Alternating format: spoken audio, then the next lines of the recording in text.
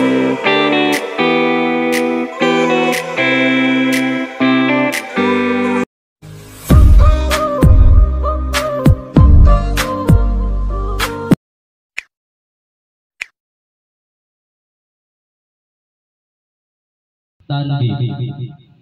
Bismillahirrahmanirrahim. Tanbih ini dari Syekh Al-Marhum Syekh Abdullah Mubarak bin Muhammad radhiyallahu yang bersemayam di Patapan Suryalaya Jembaran Rahmani. Sabda beliau khususnya pada segenap murid-murid pria maupun wanita, tua maupun muda. Semoga ada dalam kebahagiaan dikaruniai Allah Subhanahu wa taala, kebahagiaan yang kekal dan abadi.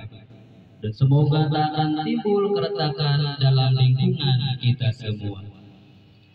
Demikian juga semoga pimpinan negara bertambah kemuliaan dan keagungannya, supaya dapat melindungi dan membimbing seluruh rakyat dalam keadaan aman, adil dan makmur zahir batin.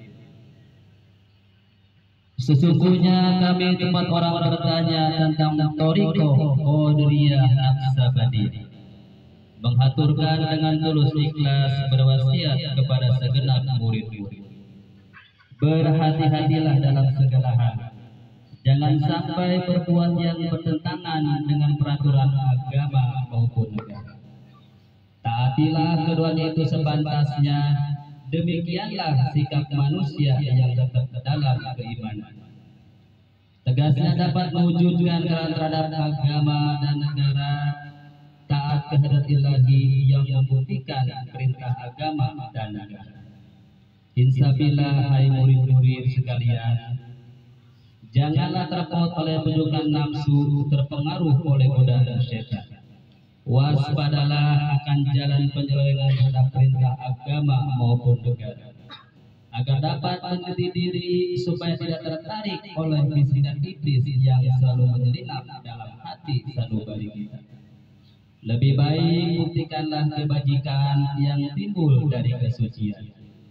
Pertama, terhadap orang-orang yang lebih tinggi daripada kita, baik zahir maupun batin, harus kita hormati. Begitulah seharusnya hidup rukun dan saling menghargai. Kedua, terhadap sesama yang sederajat dengan kita dalam segala-galanya, jangan sampai terjadi persengketaan. Sebaliknya harus bersikap rendah hati, bergotong royong dalam melaksanakan perintah agama maupun negara.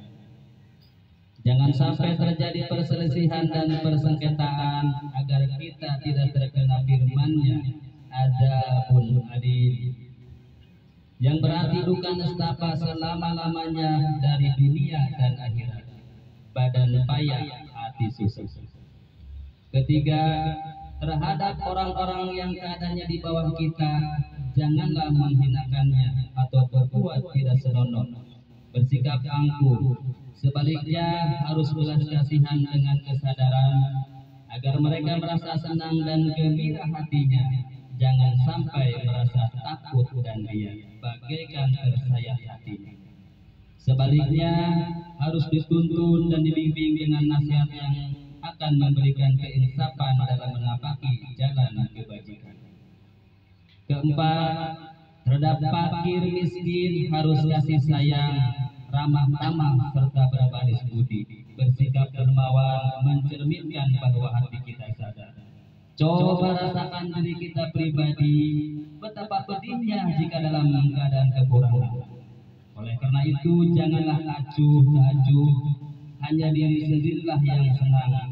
Karena mereka jadi fakir miskin itu bukannya kehendak sendiri, namun itulah ketentuan Tuhan. Demikianlah semestinya sikap manusia yang penuh kesadaran, meskipun terhadap orang asing, karena mereka itu masih keturunan Nabi Adam alaihissalam juga. Mengingat ayat 70 surat Isra yang artinya, sangatlah kami muliakan keturunan Adam, dan kami sebarkan mereka di darat dan di lautan, dan kami beri kepada mereka rezeki yang baik-baik, dan kami mengutamakan mereka lebih utama dari makhluk lainnya. Kesimpulan dari ayat ini bahwa kita sekarang harus saling harga menghargai. Jangan timbul kekecewaan mengingat surat Al-Maidah ayat 2 yang mafhumnya hendaklah tolong menolong dengan sesama dalam melaksanakan kebajikan dan ketakwaan dengan sungguh-sungguh terhadap agama maupun negara. Sebaliknya janganlah tolong menolong dalam perbuatan dosa dan permusuhan terhadap agama dan negara. Adapun soal keagamaan itu terserah agamanya masing-masing. Mengingat surat Al-Kafirun ayat 6, agamamu untuk kamu, agamaku untuk aku. Maksudnya jangan terjadi perselisihan. Wajiblah kita hidup rukun dan damai, saling harga menghargai, tetapi janganlah sekali-kali ikut campur. Coba renungan pepatah leluhur kita, sinalogor dina yang jauh, ulah seret dibuat. Hendaklah kita bersikap budiman, tertib dan damai. Andaikan tidak demikian, pasti sesal dahulu pendapatan, sesal kemudian tak berguna. Karena yang menyebabkan penderitaan diri pribadi adalah akibat dari amal perbuatan diri sendiri. Dalam surat An-Nahl ayat 112 diterangkan bahwa Tuhan yang Maha Esa telah memberikan contoh, yakni tempat maupun kampung, desa maupun negara yang dahulunya aman dan tentram, gemah riba loh jinawi.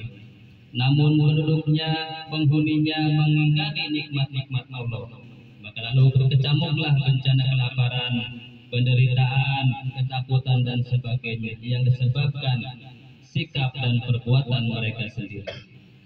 Dengan demikian, hendaklah segenap murid-murid bertindak hati-hati dan teliti, apik pilih jeung pamilih dalam segala jalan yang ditempuh guna kebaikan zahir batin, dunia maupun akhirat, supaya hati tentram, jasad nyaman. Jangan sekali-kali timbul persengketaan. Tiada lain tujuannya budi utama jasmani sempurna, cager bager. Tiada lain amalan kita thariqat qoriyandak sabandiyah. Amalkan dengan sungguh-sungguh guna meraih segala kebaikan zahir batin, menjauhi segala kejahatan zahir batin yang berkaitan dengan jasmani maupun rohani, yang selalu diselimuti bujukan nafsu, digoda oleh berdaya setan. Wasiat ini mesti dilaksanakan dengan seksama oleh segenap murid-murid supaya bisa mencapai keselamatan dunia dan akhirat. Patapan Suryalaya 13 Februari 1956. Wasiat ini disampaikan kepada segenap ahli-ahli tertanda Kiai Ahmad Sohibul Wabata Jul Arifin radhiyallahu anhu.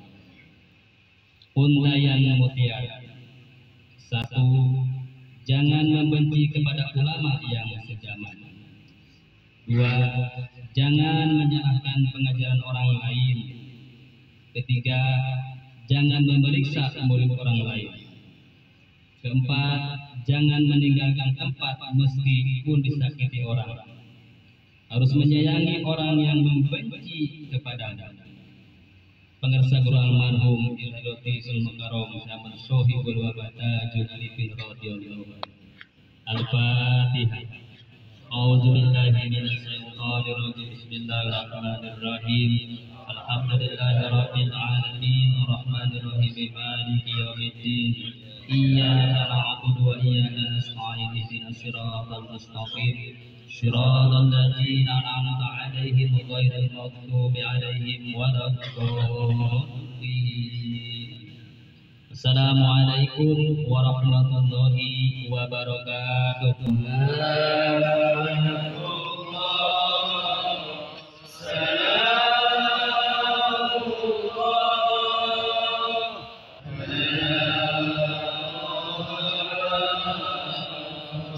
Oh